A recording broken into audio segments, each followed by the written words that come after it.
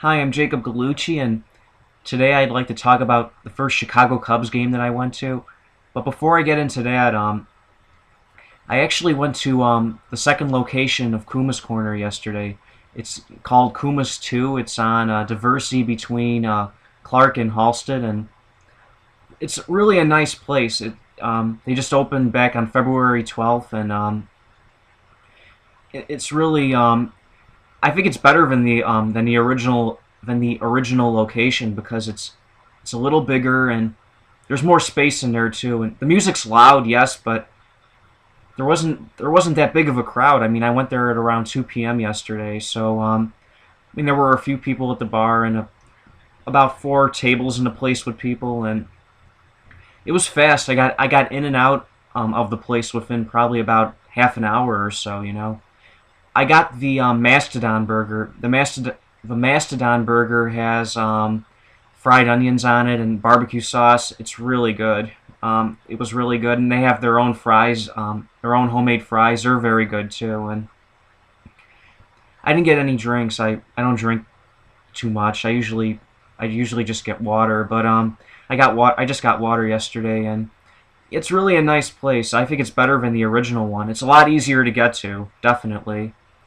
But anyway, now I'm going to talk about my first Chicago Cubs game. My first Cubs game was a night game.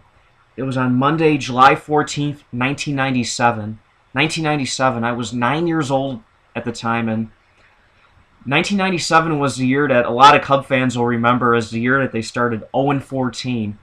I'll never forget that. They were 0-14. It's the worst start in Cubs history and the worst start in National League history.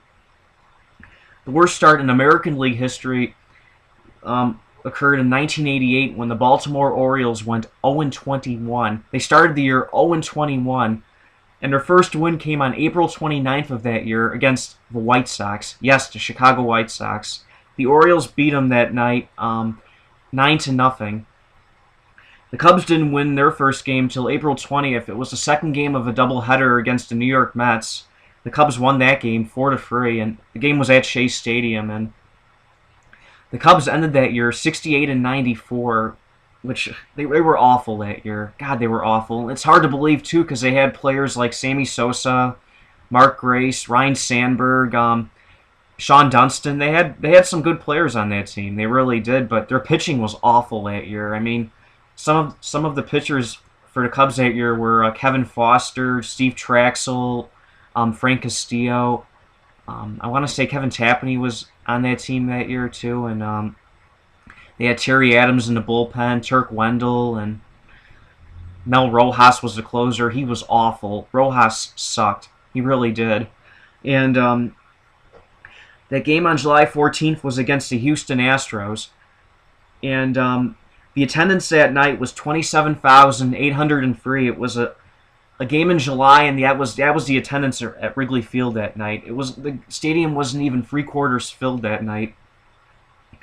Well, going into that game, the Cubs' record was 38-53, so they were out of it by then anyway. And going in, Houston was 45-47, so they were close to 500. And I'll never forget that game because that game actually went 15 innings. That game was 15 innings. Yes.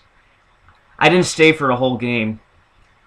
Definitely not. But I stayed for about 10 innings, and then I left. I went to the game with my dad, and then we left. And just the game was 5 hours and 19 minutes long, so the first pitch was at around 7:05, and the game didn't end until after midnight. After midnight. Yes, that's insane. But yeah, the Astros beat the Cubs that night 9-7. And that was my first game. That was the first time I ever went to a Cubs game. Between 1997 until 2002, I went to about a dozen Cub games. I would say somewhere between 12 to 15 games for sure. And I haven't been to a Cubs game at Wrigley Field since 2002. 2002. It was a game against the then Florida Marlins. I remember that being a night game too, and I haven't been to Wrigley Field in almost 11 years now, and I don't know why I don't know why I didn't go along the way since then. I've never really been a big fan of Wrigley Field. It's kind of a, forgive me for saying this, but it's a dump. It's an old stadium. It smells. It's dark. The bathrooms are nasty. The food's not very good, and U.S. Cellular Field is so much better. I don't know. I just never been a big Wrigley Field fan, and I'm hoping that they'll fix it soon and make it better, or maybe get a new stadium. They have to do something because that place needs a lot of work. But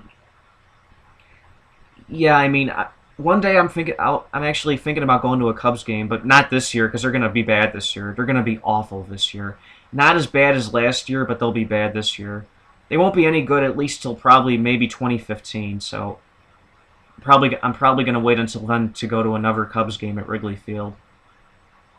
I've seen the Cubs since then, but each time I've seen the Cubs since 2003 has been against the White Sox at US Cellular Field, and I've always been a White Sox fan, but I went to a few Cub games back in the day. I was really young, but I did go to a few Cub games, and the cool thing about the Cub game I went to on that night in 1997, that was the only Cub game I've ever been to where Harry Carey was there.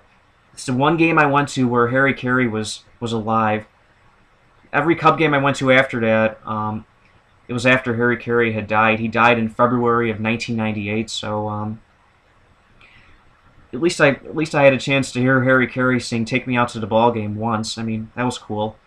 But anyway, I'm sorry for rambling about this, but I'll be back tomorrow with 2 new videos, and until then, take care.